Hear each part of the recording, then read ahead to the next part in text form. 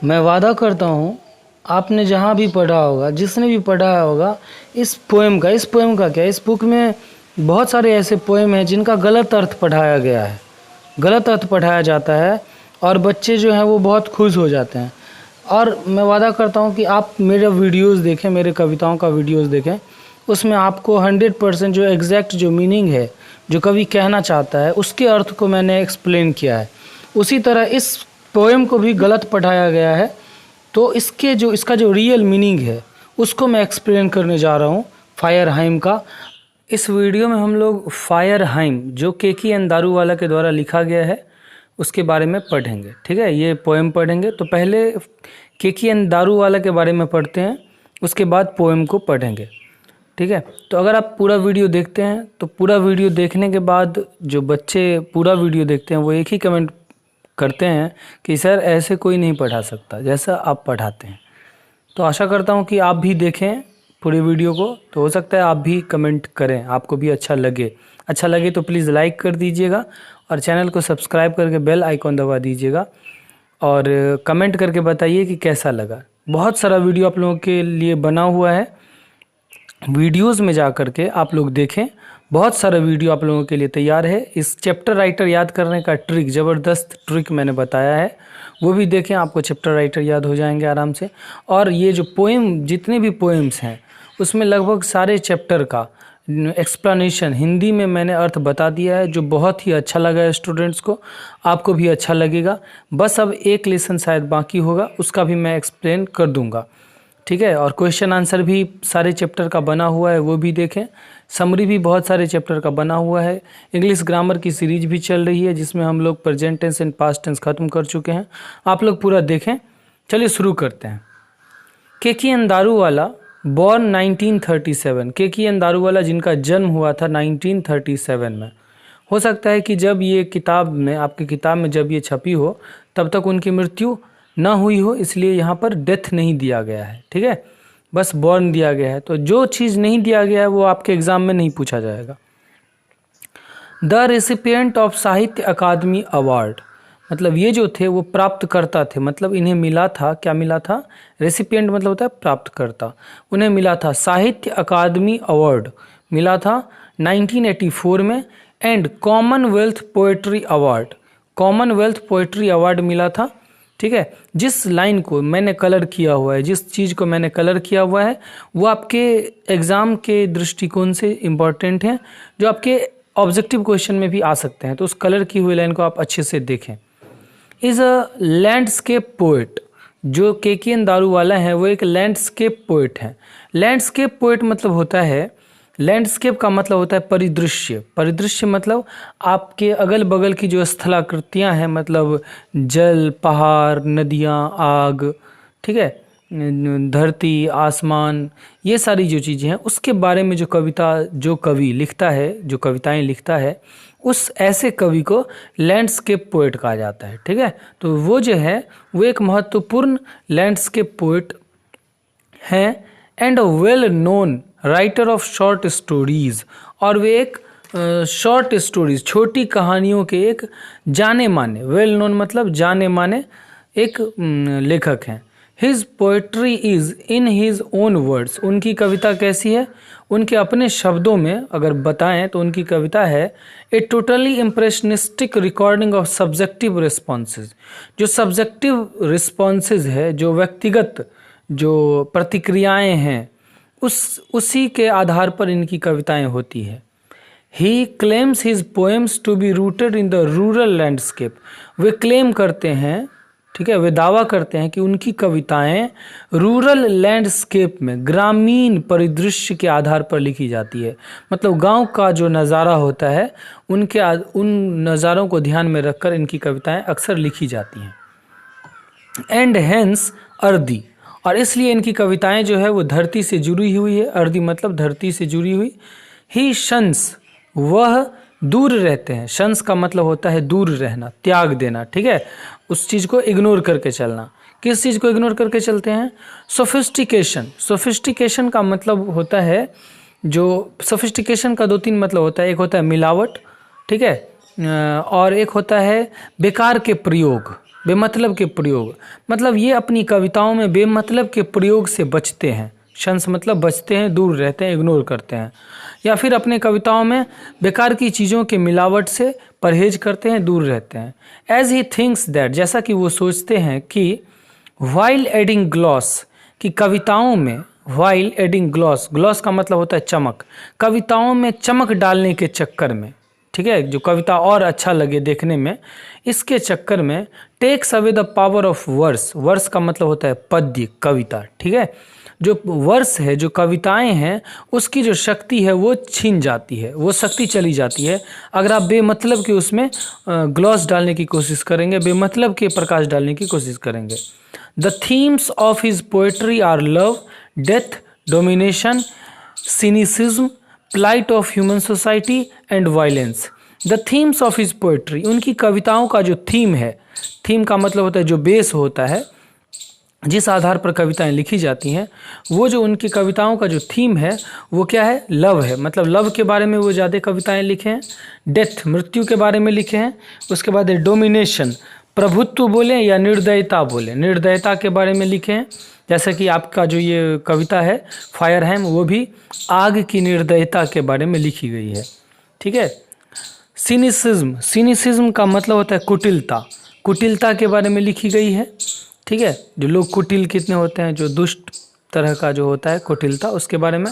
Plight of human society, मानव समाज का जो प्लाइट है, प्लाइट का मतलब होता है दुर्दशा, मानव समाज की दुर्दशा के बारे में। एंड वायलेंस, और हिंसा के बारे में, ठीक है, हिंसा, इनकी कविताओं में हिंसा भी बहुत ज़्यादा रहती है, मतलब मृत्यु के संबंध में या मार काट के संबंध में ज़्यादा कविताएं रहती हैं। क्यों रहती हैं? तो यहाँ पे है since he had been in police service, क्योंकि वो जब से पुलिस सर्विस में है, वो पुलिस सर्विस में रह चुके हैं। तो अब पुलिस वाला जो बंदा है वो तो स्वाभाविक है कि वो लड़ाई पीट के बारे में वो लिखेगा ही, उसके दिमाग में तो चलता ही है चोर डाकू से लड़ना, ठीक है, तो उनके दिमाग में तो वायलेंस रहेगा ही, हिंसा तो रहेगा ही। तो चूंकि वे पुलिस सर्विस में रह चुके हैं, violence is unavoidable, unavoidable, avoid मतलब होता है त्यागना, और अनएवॉइडेबल मतलब होता है जो त्याग न सके। तो स्वाभाविक है जो बंदा पुलिस में रह चुका है वो अगर कविताएं लिखेगा तो उनकी कविताओं में वायलेंस को एवॉइड करना वो इम्पॉसिबल है। इन हिज पोएट्री, उनकी कविताओं में वायलेंस को एवॉइड नहीं किया जा सकता। His important volumes of verse, उनकी जो कुछ महत्वपूर्ण कविताएं हैं, कुछ महत्वपूर्ण पद्य हैं, इंक्लूड, वो क्या सब हैं? अंडर ओडियन जो 1970 में लिखी गई थी, एप्रिशिएशन इन अप्रैल 1971 में, एंड क्रॉसिंग ऑफ रिवर्स जो 1976 में लिखी गई थी, ठीक है। ये जो कलर किया गया लाइन है वो आप जरूर ध्यान से देखें। चलिए अब हम लोग पोएट्री पढ़ते हैं, जो आपकी कविता, जो आपकी किताब में दी गई कविता है उसका अर्थ समझते हैं अच्छे से, तो बने रहिए। जब भी आप कविता पढ़ें, पोएम पढ़ें, तो कविताओं में कॉमा, सेमीकोलन, एक्सक्लेमेशन मार्क सब जो रहता है उस पर विशेष ध्यान दें, क्योंकि उसको अब अगर आप ध्यान में रख के नहीं पढ़ते हैं तो कविता के अर्थ का अनर्थ निकल जाता है। जैसे कि ये पोएम है तो उसमें ये लाइन यहाँ से स्टार्ट हो रही है और यहाँ पे ख़त्म हो रही है, ये पूरे का एक अर्थ निकलेगा, ठीक है। तो चलिए हम पढ़ते हैं और समझाते हैं आपको। द बर्निंग घाट, पोएट कह रहे हैं कि एक बार की बात है, मैं घूम रहा था, कहाँ पे घूम रहा था? The burning Ghat. बर्निंग घाट का मतलब होता है क्या? पहले घाट का मतलब समझिए। पोखर के किनारे में जो बना रहता है, जिस पर लोग नहाते हैं बैठ के, या कपड़ा खींचते हैं या टहलते हैं, उसे घाट कहा जाता है। और बर्निंग घाट का मतलब है जो नदियों के किनारे जो लोगों को जलाने के लिए जो बनाया जाता है उसको बर्निंग घाट कहा जाता है। The burning ghat erupted phosphorescence, फॉस्फोरसिंस।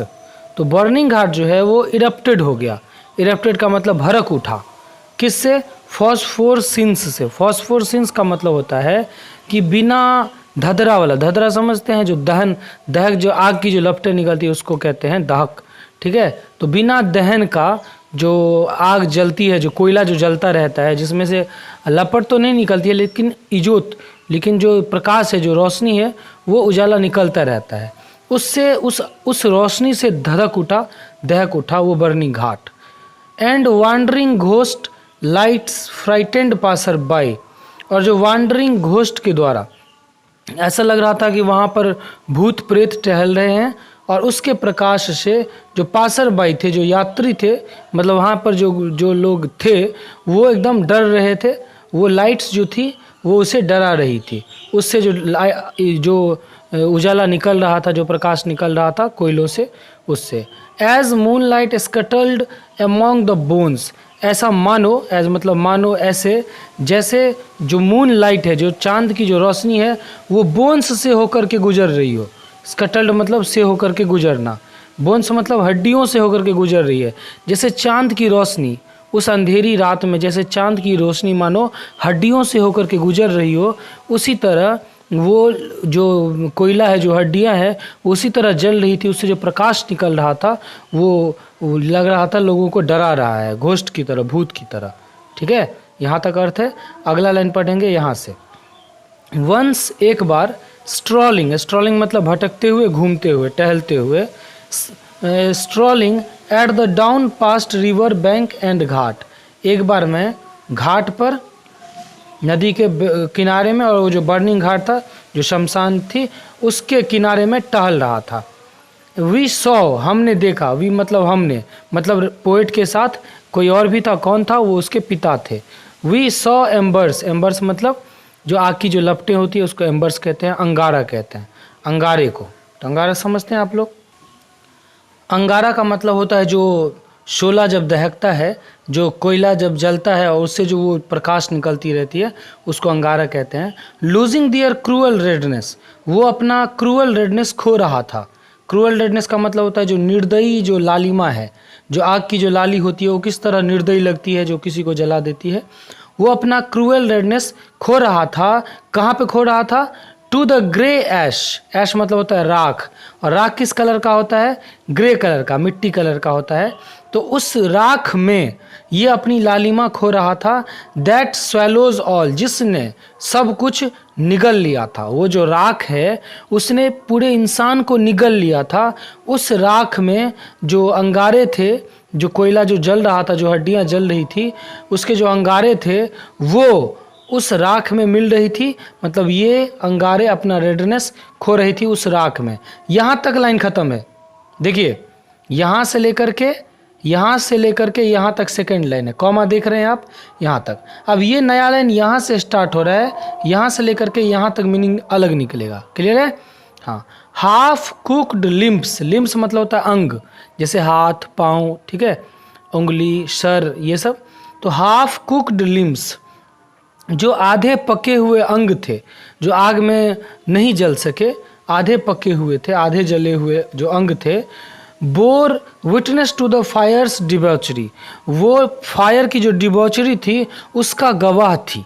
Fire, debauchery का मतलब होता है अय्यासी। अय्यासी मतलब क्या होता है? जैसे कि कोई किसी होटल में जाता है और खाना खाता है, आधा खाना खाता है, आधा छोड़ देता है, फेंक देता है। अय्यासी का मतलब हो ना बर्बाद करना, ठीक है। जैसे खाने में ले लें तो आधा खाएं, आधा छोड़ दिए।